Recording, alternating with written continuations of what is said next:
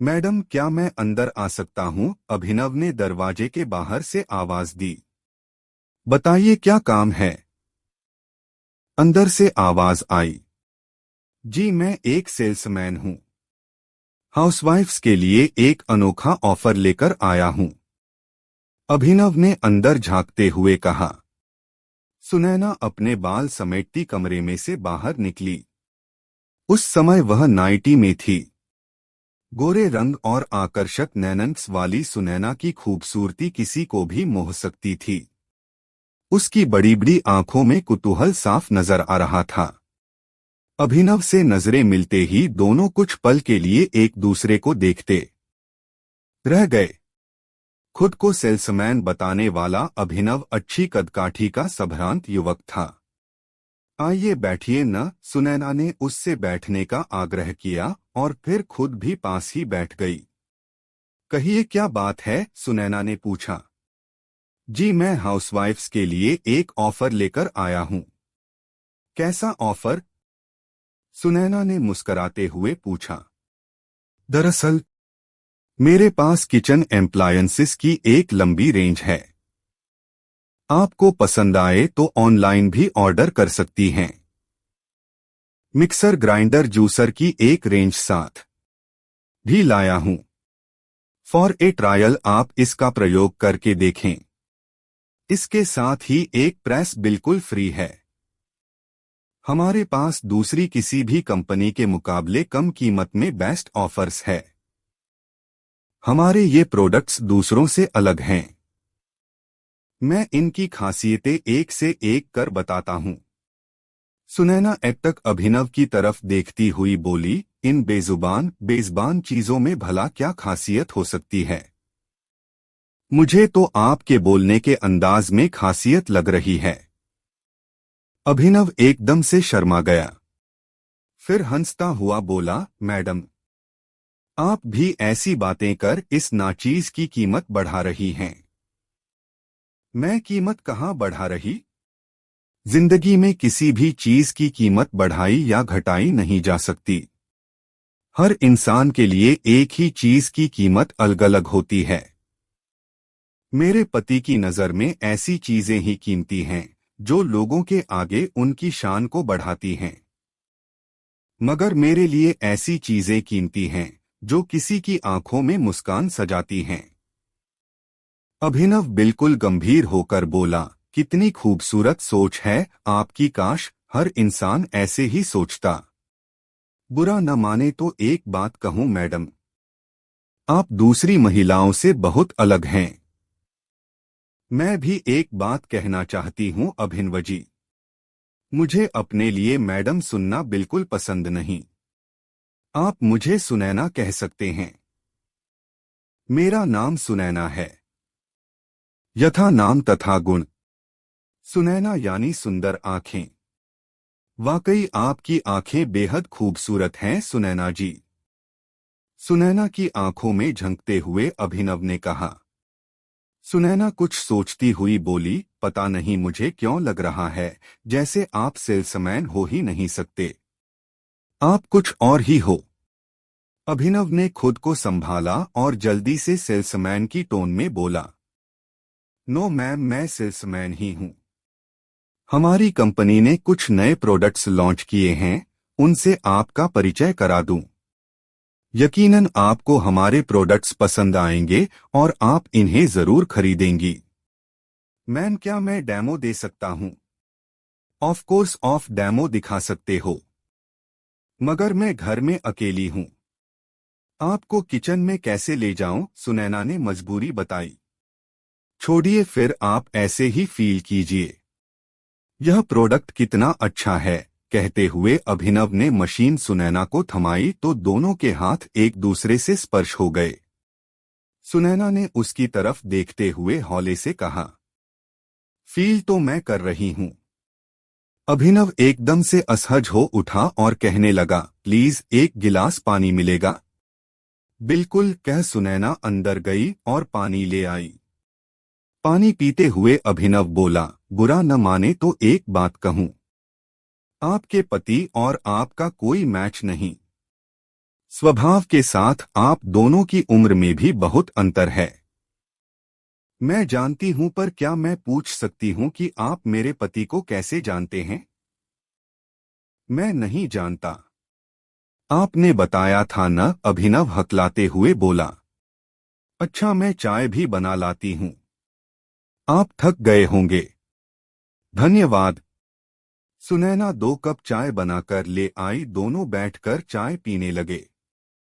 दोनों अजनबी थे, मगर एक दूसरे के लिए अलग तरह का आकर्षण महसूस कर रहे थे। कहीं न कहीं अभिनव सुनैना का दर्द महसूस कर रहा था। सुनैना भी समझ रही थी कि यह कोई साधारण सेल्समैन नहीं। मेरे पति केवल पैसों से प्यार करते हैं, सुनैना ने खामोशी तोड़ते हुए कहा। जी हाँ, पैसों के लिए वे किसी की जिंदगी से भी खेल सकते हैं, अभिनव बोल पड़ा। सुनैना ने फिर से उसकी तरफ सवालिया नजरों से देखा। अभिनव ने सामने टंगी सुनैना और उसके पति के फोटो को देखते हुए कहा, वे आपसे प्यार नहीं करते। नहीं, उनके लिए जज्बातों की कोई कीमत नहीं। मगर मैं आपसे ये सब क्यों कह रही हूं? क्योंकि मेरे अंदर आपको एक दोस्त नजर आया है। यकीन मानिए, मुझे जज्बातों की बहुत ज्यादा कद्र है। यदि आपने वाकई मुझे अपना दोस्त माना तो मैं आपके लिए बहुत कुछ कर सकता हूं। पर यदि आपको मुझ पर जरा सा भी शक है तो मैं अभी अपना सारा सामान लेकर निकल जाऊंगा।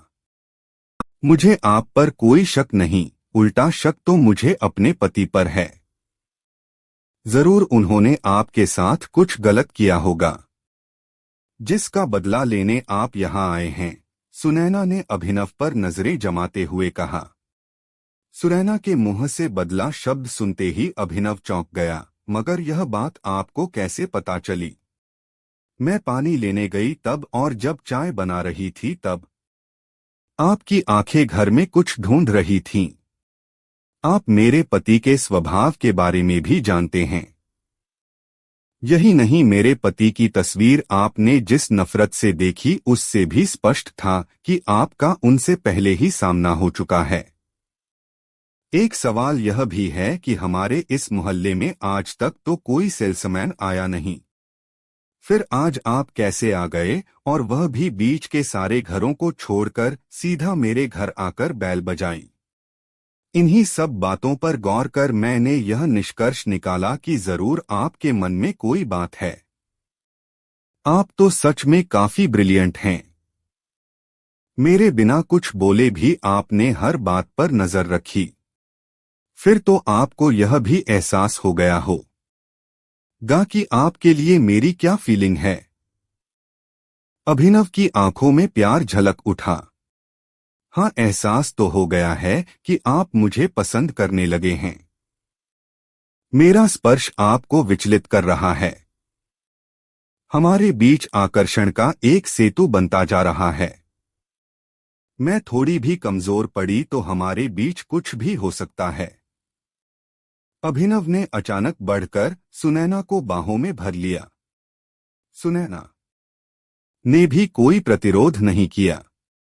दोनों को एक दूसरे के मन की थाह मिल चुकी थी।